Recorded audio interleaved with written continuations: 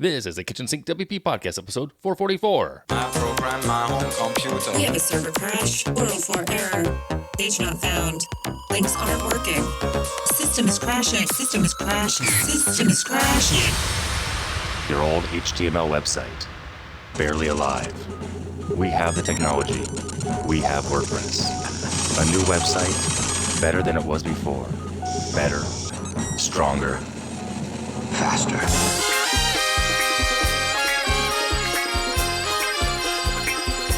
We have the technology. The technology. Well, hello, everybody. This is Adam Silver, the host of the Kitchen Sink WP Podcast. Thanks for being here. Let's get started. All right, upcoming events. We have two WordCamps next weekend and the day after. So, first and foremost, WordCamp Jinja, Friday the 2nd and Saturday the 3rd of September 2022. I didn't know where this was. It's in Uganda. And I think I said that right, Jinja. I'm hoping I'm saying that right. It's in Uganda. That's awesome. So excited for going there. I'm not going. I mean, for them having the WordCamp going on there. So that's awesome. Also, WordCamp Kathmandu, September 3rd and 4th. So that looks like it'll be Saturday, Sunday. Okay, that's what it makes. Okay, so Friday the 2nd. Yeah, so it's not Monday. So Saturday, Sunday will be Kathmandu. Also excited for them as well to kind of get back on the calendar and have a fantastic WordCamp. So if you're there, if you go, let me know how it was. Love to hear back from you. All right. And then just so you know, the week after that, which I'll mention next week, WordCamp US in San Diego. I'll be there for that one for sure. So, all right, moving on. Segment 1 in the news. Only one thing to talk about here. Kind of a light news week. Advanced Custom Fields Pro 6.0 Release Candidate 1 is out.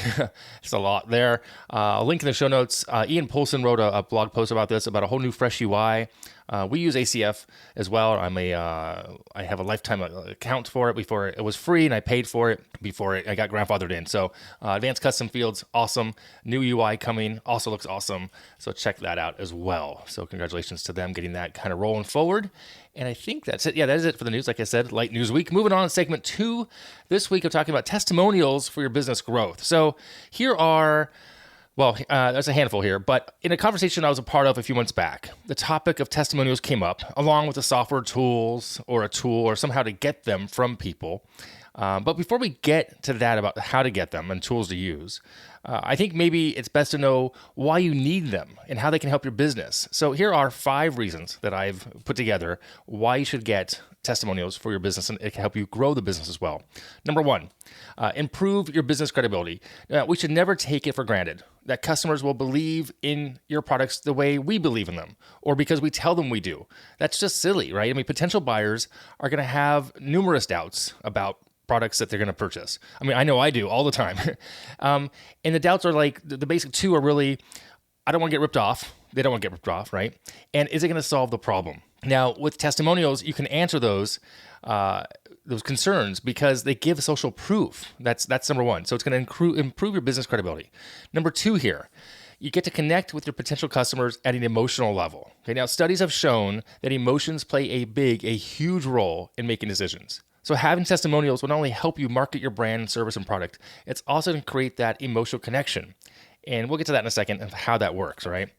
Number 3, you connect via natural language. Now, large corporations, the messages, the marketing, so carefully created and tailored, like Apple, like Google, Porsche, all these big companies, right? It makes sense because they want to be neutral. They don't want to be offensive to anyone. They need to be a very neutral level playing field across the board. Now, that being said, testimonials are given typically in a normal, everyday language, which will resonate with more people.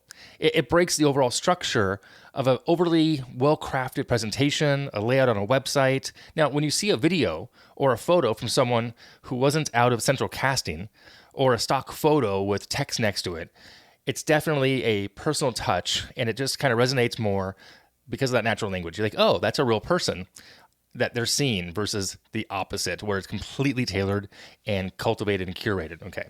Number 4, now you have opportunities here to improve and grow. Now, this is not the best thing you want to get when you ask for testimonials, but it's important.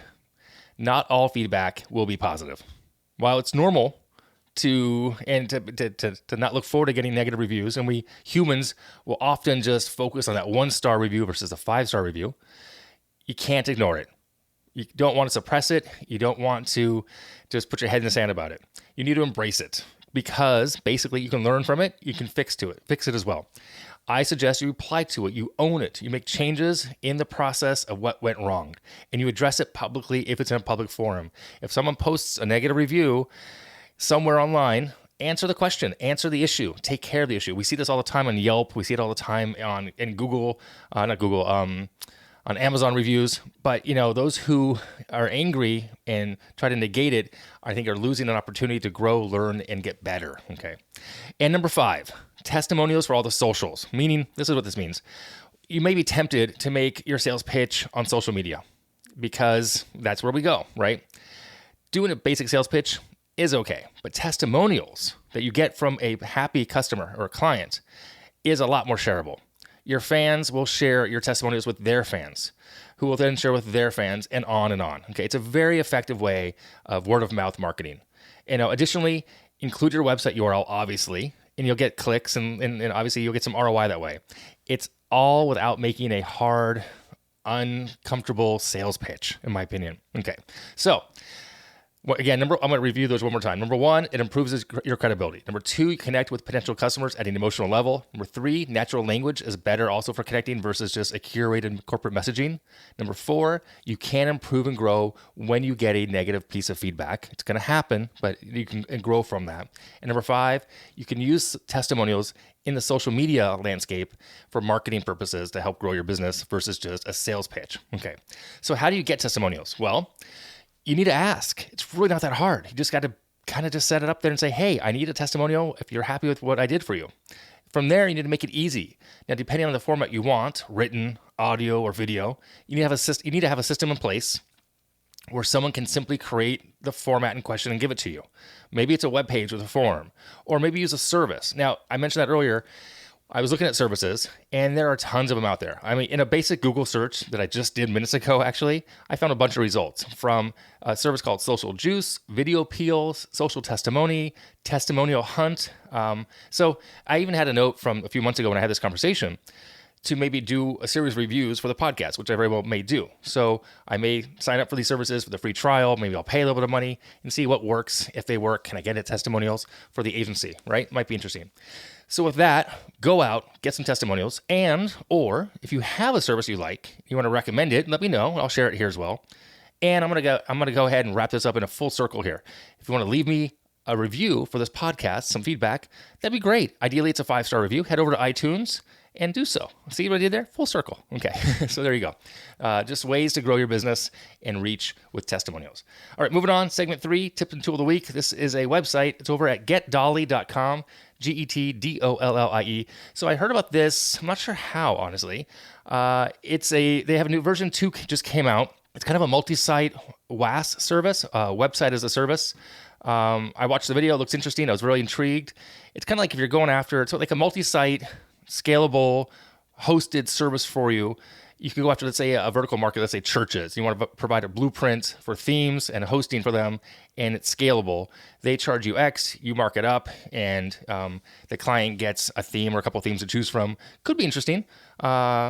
You don't have to deal with any of the hosting. They take care of all that. Anyway, it's over at getdollie.com. I have no connection to them whatsoever.